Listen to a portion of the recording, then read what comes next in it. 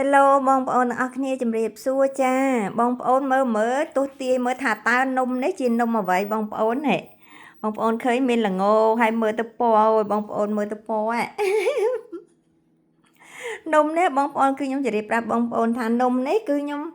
ធ្វើអំពីទី1គឺខ្ញុំមានដលងប្រាំងបងប្អូនចាមួយចានប៉ុណ្ណឹងបងប្អូនមួយចានប៉ុណ្ណឹងដលងប្រាំងខ្ញុំ4ដុំបងប្អូននេះដលងប្រាំងប៉ុណ្ណឹងគឺ4ដុំចាប៉ុណ្ណឹងបងប្អូនចាប៊ូឡុងបារាំងហើយនឹងខ្ញុំប្រើចេកមួយបងប្អូននេះចេកនេះយើងប្រើចេកណាដែលចូលហ្មងបងប្អូននេះអានេះគឺវាទុំចូលហ្មងណាគឺខ្មៅទៅសបកអីបងប្អូនចាតែខាងក្នុងវាគឺសាច់នៅល្អឯចាគឺចេកដែលទុំចូលហ្មងហើយនឹងយើងមានដូងកោសបងប្អូនតែខ្ញុំនៅនេះគឺមានតែដូងកញ្ចប់ទេបងប្អូននេះគេកោសហើយគេខ្លះសេបងប្អូនចាគឺខ្ញុំប្រើដូងសាច់ដូងបងប្អូនចាហើយអានេះគឺម្សៅពោតបងប្អូននេះម្សៅពោតចាគឺប្រើម្សៅពោតហើយនឹងខ្ញុំប្រើទឹកដោះគោបងប្អូននេះចាទឹកដោះគោចាទឹកដោះគោបងប្អូនដោះគោខាប់ហ្នឹងគឺទឹកដោះគោខាប់ចាហើយនឹងម្សៅឆាបងប្អូនចាម្សៅឆាហើយនឹងមានខ្ទិះដូងបងប្អូនខ្ទិះដូងកំប៉ុងចាខ្ទិះដូងកំប៉ុងបងប្អូនចាគឺខ្ញុំអត់មានប្រើស្ករអីទេបងប្អូនចានំហ្នឹងដូច្នេះ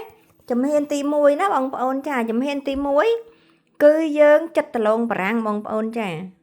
គឺយើងចិតដលងបារាំងយើងចិតហើយយើងយកដលងបារាំងនេះទៅចំហុយបងប្អូនចាយើងយកទៅចំហុយឲ្យឆ្អិនសិនកាលណាដលងបារាំងចំហុយឆ្អិនហើយយើងយកដលងបារាំងមកយើងដាក់ចានហើយគឺយើងញិចវាបងប្អូនចាយើងញិចអាដលងបារាំងហ្នឹងណាយើងញិចដលងបារាំងនេះឲ្យម៉ត់ឲ្យម៉ត់សាច់តែមួយតែហ្មងកាលណាដលងបារាំងម៉ត់រួចហើយបានយើងបកចេកដាក់បងប្អូននេះយើងបកចេកនឹងដាក់បកចេកដាក់រួចហើយគឺយើងដាក់ដូងបងប្អូននេះកាកដូងយើងដាក់អាដូងទាំងសាច់ទាំងកាកហ្មងបងប្អូនចាយើងដាក់ដូងហើយខ្ញុំដាក់ម្សៅពោតមកស្លាបព្រាបងប្អូនចាម្សៅពោតខ្ញុំដាក់មកស្លាបព្រាទេហើយម្សៅឆាហ្នឹងគឺខ្ញុំដាក់2ស្លាបព្រាបងប្អូនបើយើងចង់ឲ្យទន់គឺយើងដាក់ម្សៅឆានេះច្រើនជាងម្សៅពោតបងប្អូនចាបើយើងអត់សូវចង់បានអាសាច់ក្នុងឲ្យវាទន់ទេគឺយើងដាក់ម្សៅស្មើគ្នាទៅពោត1ស្លាបព្រាម្សៅឆា1ស្លាបព្រាណាបងប្អូនខ្ញុំបញ្ជាក់ចាបើយើងចង់បានទន់គឺយើងដាក់ម្សៅឆាច្រើនជាងចាយើងចាំប៉ុណ្្នឹងហើយបងប្អូនចាហើយបានយើងដាក់ទឹកដោះគោយើងដាក់មើលទៅបងប្អូនចាយើងដាក់មើលថាយើង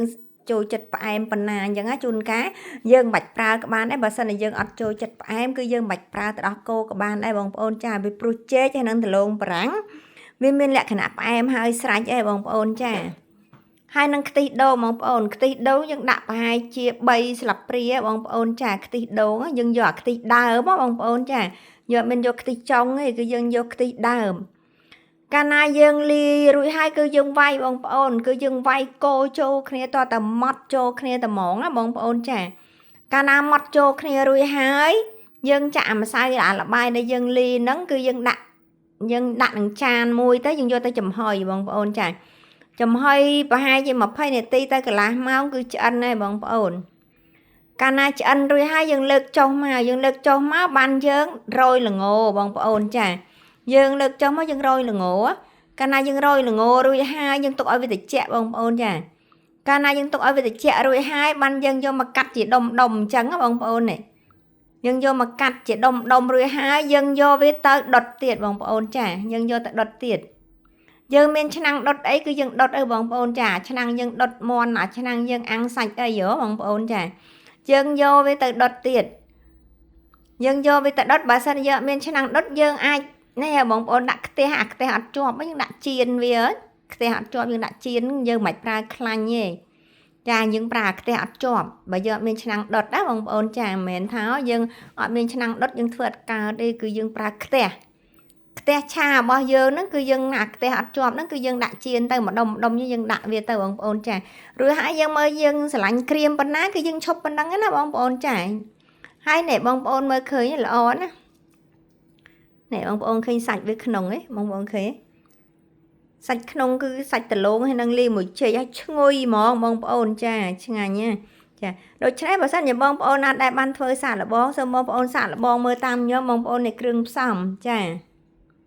ដូចខ្ញុំរាយរាប់ប្រាប់ខាងលើអញ្ចឹងណាបងប្អូនចា